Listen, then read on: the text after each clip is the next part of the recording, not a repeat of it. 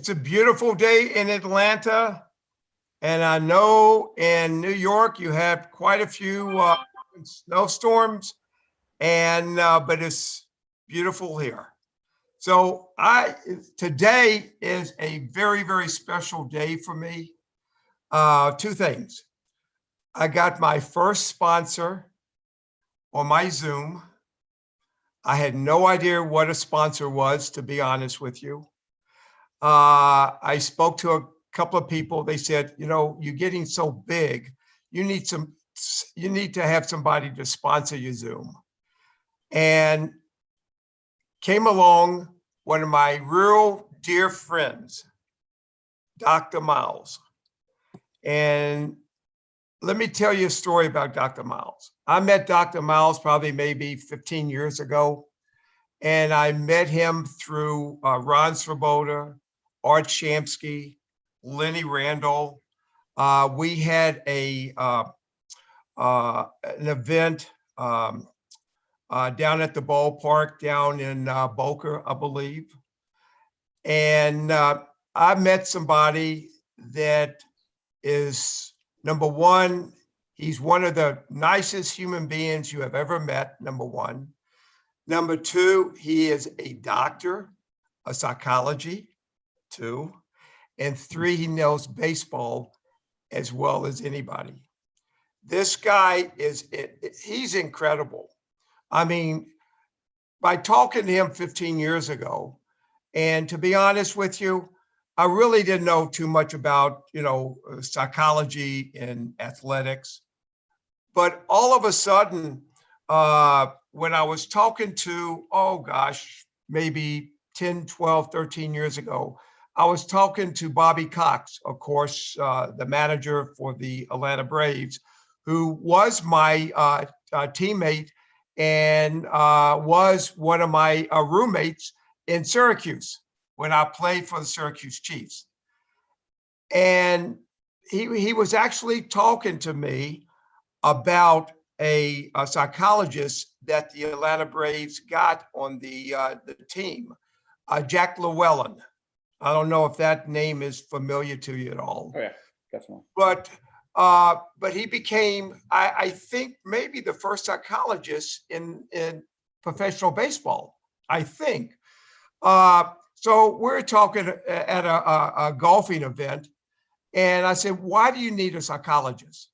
Well, at that time, they had some outstanding pitchers on the team. They had,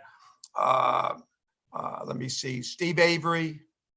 They had Tommy Glavine. They had Greg Maddux. And let me see, who else? John Smoltz.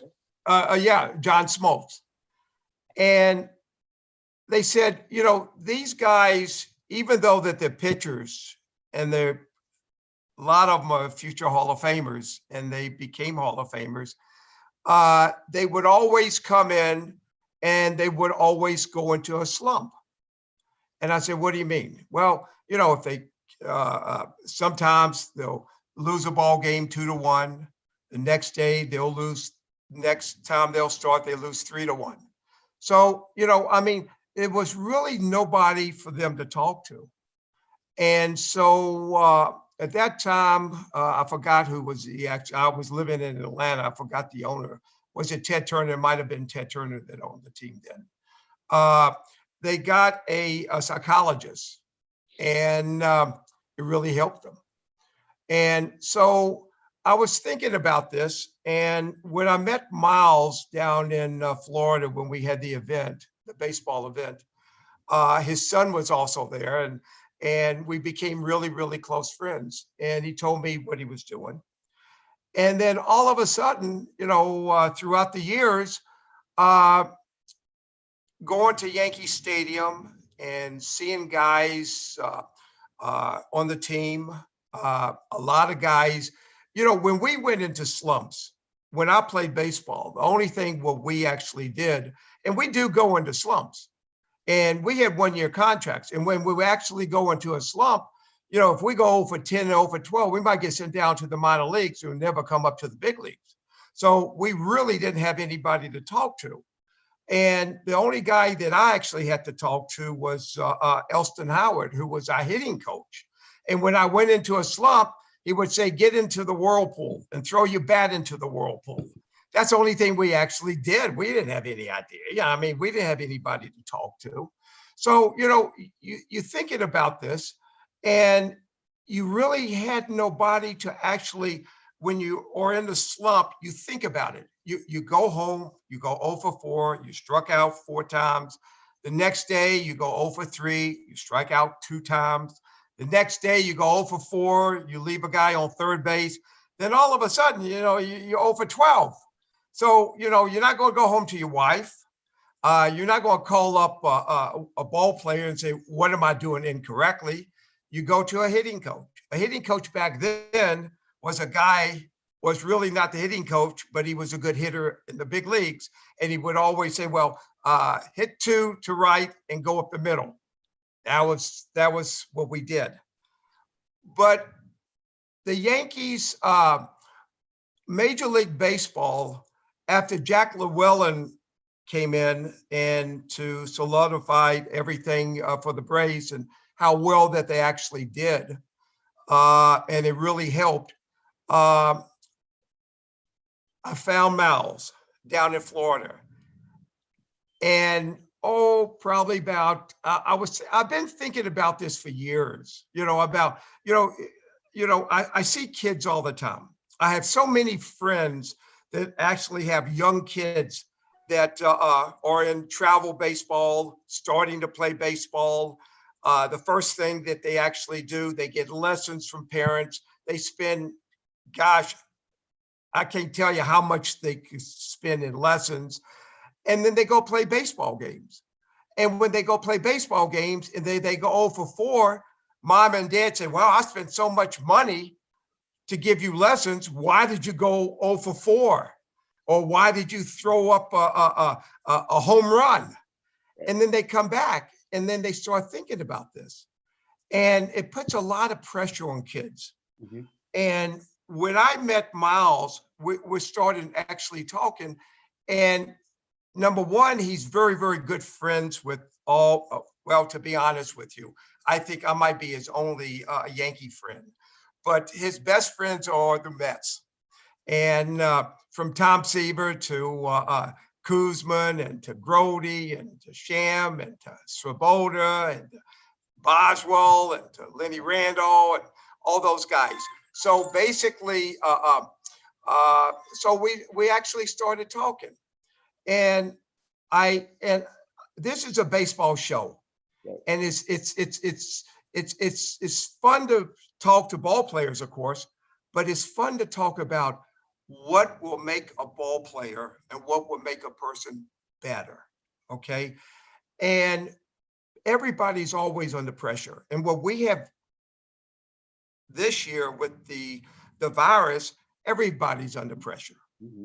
So I think this is a perfect example of somebody who's, number one, has been doing this for 20 years, who has a gigantic practice down in Florida, who is one of the best of the best. He does a lot of teams. His son is an excellent, and I'm so proud of his son. His son just got a scholarship to a nice school up in Pennsylvania. Number one, it's a great academic school. And number two, it's a very good baseball school. And so he's playing baseball. And when you go and play college baseball, there's pressures after pressures after pressure. And there's so many everybody looks at a computer and they look at how to hit, but they don't look at the brain. Right. They look at, how you're standing and, how you swing and you swing it too hard, you're taking your eye off the ball. But your mental capacity is 75%. It's 25% ability and 75% up in your head. And it's very, very easy when you are swinging and you're hitting the ball real well, the baseball looks like a balloon to you. But when you're in a slump, it looks like a blueberry or a small little, it's a little pea. So, it's very, very difficult. So you take a lot of pressure. So once I received Miles, once I got Miles, and I started talking to him, and what he does, and I thought this is a great time that I can have a sponsor and a very, very dear friend of mine that we could go over quite a few different things. And I'd like to introduce you to Miles. Miles has been my friend for many, many years. He's been a psychologist for over 20 years, and he works with unbelievable pitchers and unbelievable hitters.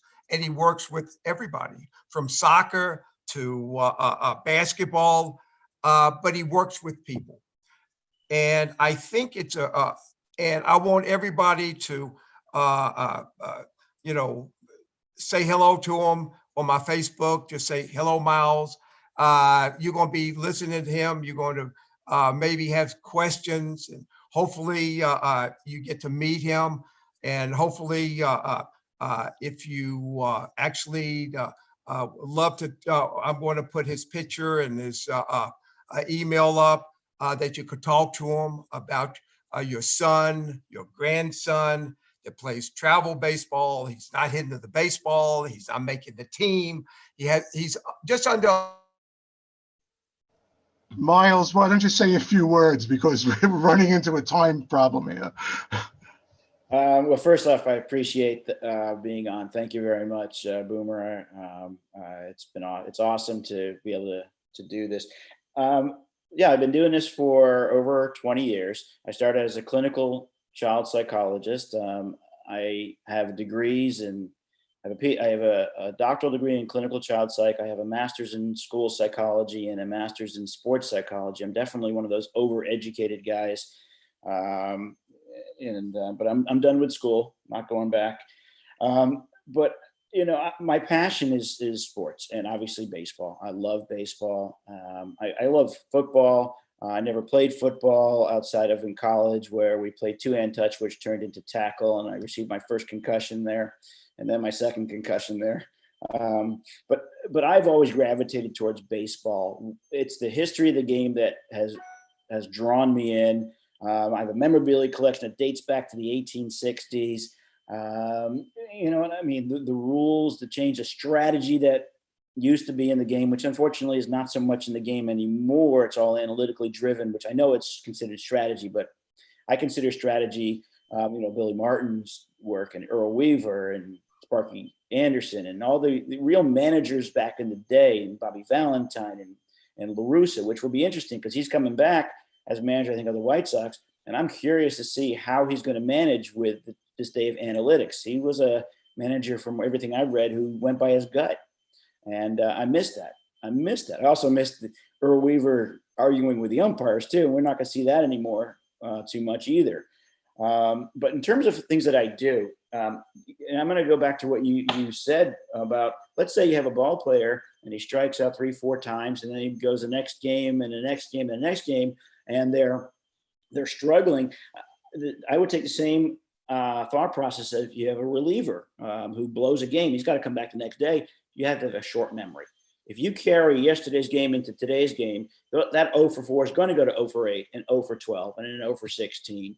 And it just becomes a spiral, a downward spiral that you just can't get out of. So I have a short memory. You got to focus on what you can control out there. And there's not a lot you can control as an athlete, especially in baseball. A pitcher, you have a little bit of control until you release the ball. After that, nothing. I mean, the only thing that the batter really has control over is himself, his breathing, his focus, his attention. Can't control the umpire, the fans in the stands, the other team. You can't even control what's going to happen to the ball after you hit it. So if we focus on our control, if we set goals, you know, and I'll give you an example of a goal. And this actually, I'm so proud of my son, Ron. Thanks for mentioning my son, because he's been my guinea pig over the years in terms of everything I do, all the chapters in the book that I've been writing. He edits them thinking that he's editing for me, but they're really written for him to read so that he gets it too. So last year, before the pandemic shut every game down, my son came to me after a game And he's like, Dad, you're going to love what I just did. The team is talking about how much they strike out. And their mantra is don't strike out, don't strike out. And he taught them what I taught him. Well, the word don't is not processed well by the mind. So when you say don't strike out, you're really saying strike out. For example, if you go to a restaurant and the waitress says, don't touch hot plate, well, most of us touch it right away. It's partly we're being jokes, but it's not, the word don't is not registered. So instead of saying don't strike out, my son told them, make hard contact. Just turn it around. There's no guarantees you're going to get a hit, but you have a better chance if you're focusing on making hard contact. And that could be one of your goals, just make hard contact. And it's very specific and it's achievable. It's challenging, obviously, when someone's throwing 90 something miles per hour with dramatic bite on the ball to make that contact. But if that's your goal and your focus is there, you stand a better chance than if you say, don't miss the ball. Because you're gonna miss the ball if you say don't miss the ball. You tighten up. You want to play loose. You want to play free.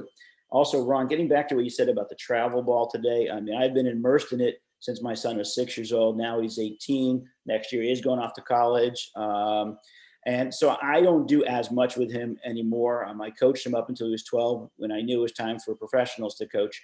And yes, we spent a lot of money on catching lessons and hitting lessons and fielding lessons and travel tournaments to Georgia and to East Cobb and to Hoover, Alabama and Fort Myers, Florida. And, the amount of mileage I've put on my car, it's just crazy. The hotel stays, the tournament fees, the uniform, and catching gear is expensive. So yeah, you spend a lot of money. And I have definitely worked with parents who, after their kid struggles, says, why are you struggling? I pay all this money. You're wasting money. You're wasting money. Well, I would really focus more on their effort. If their effort's there, that's the first step.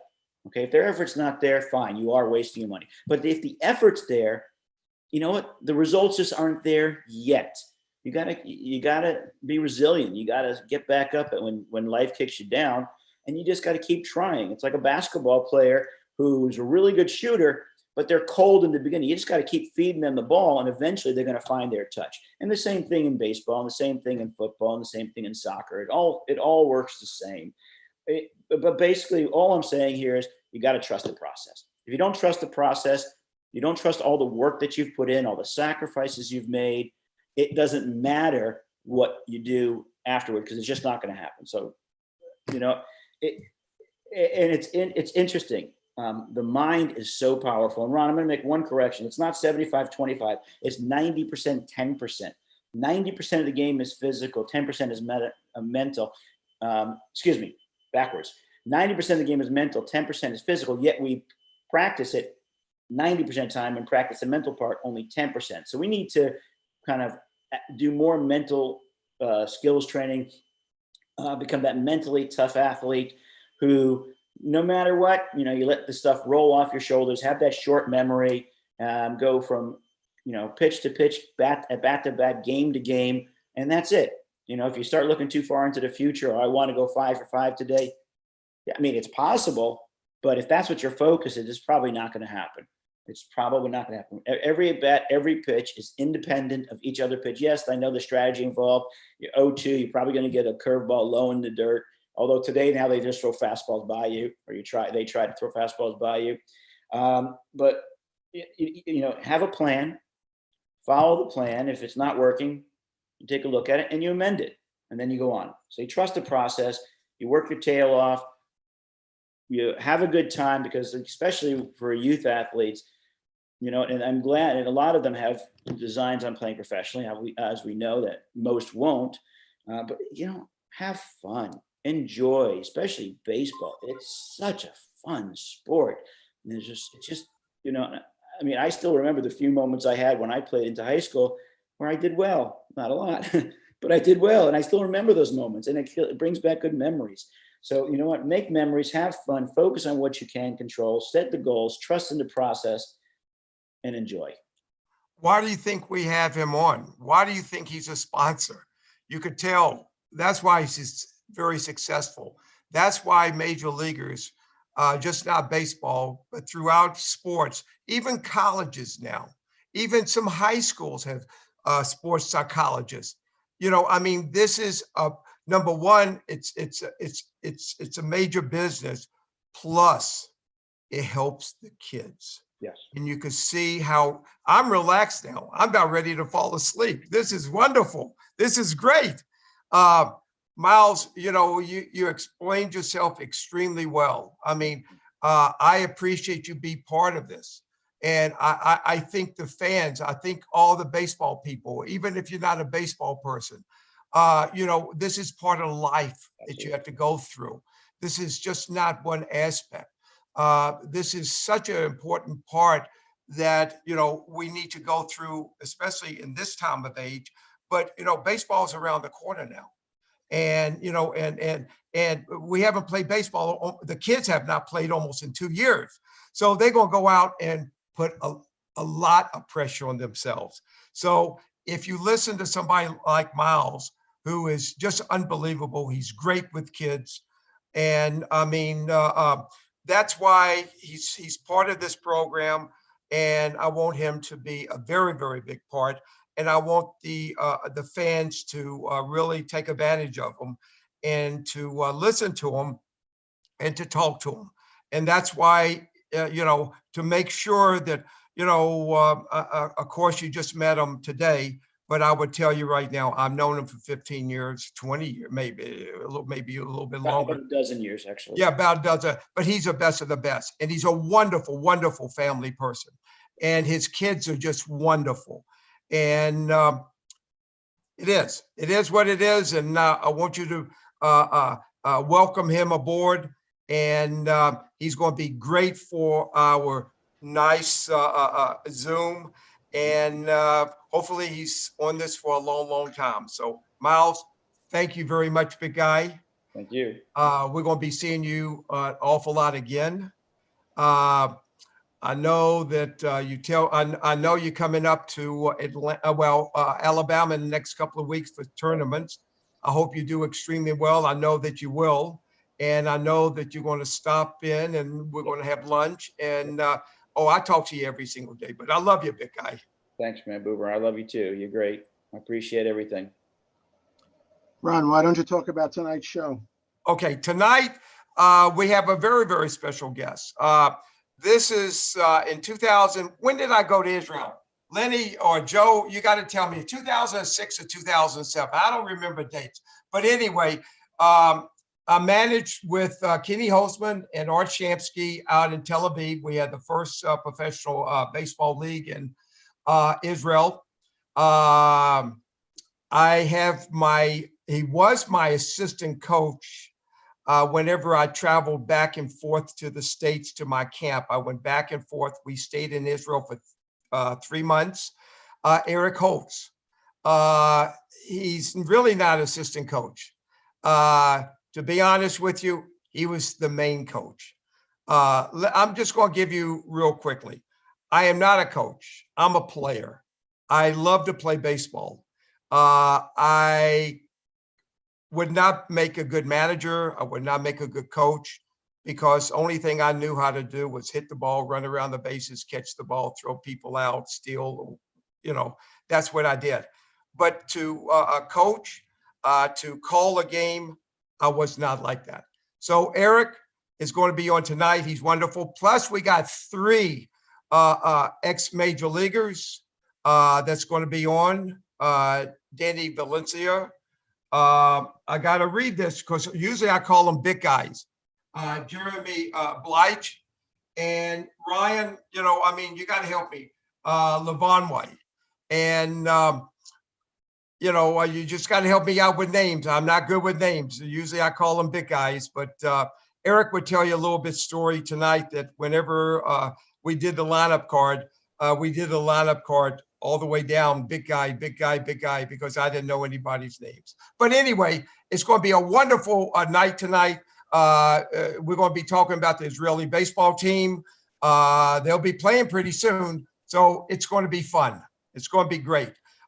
See y'all tonight at 8 o'clock. And we got 3 new rules in the game of baseball for spring training. They're taking a little bit of velocity out of the baseball. There's no a universal DH. in the 7-inning double headers. And like told the guys, I didn't even know we played double headers. I knew we played a game and a B game. But anyway, it's a change, but it's getting close to baseball. I told you 2021 is going to be better.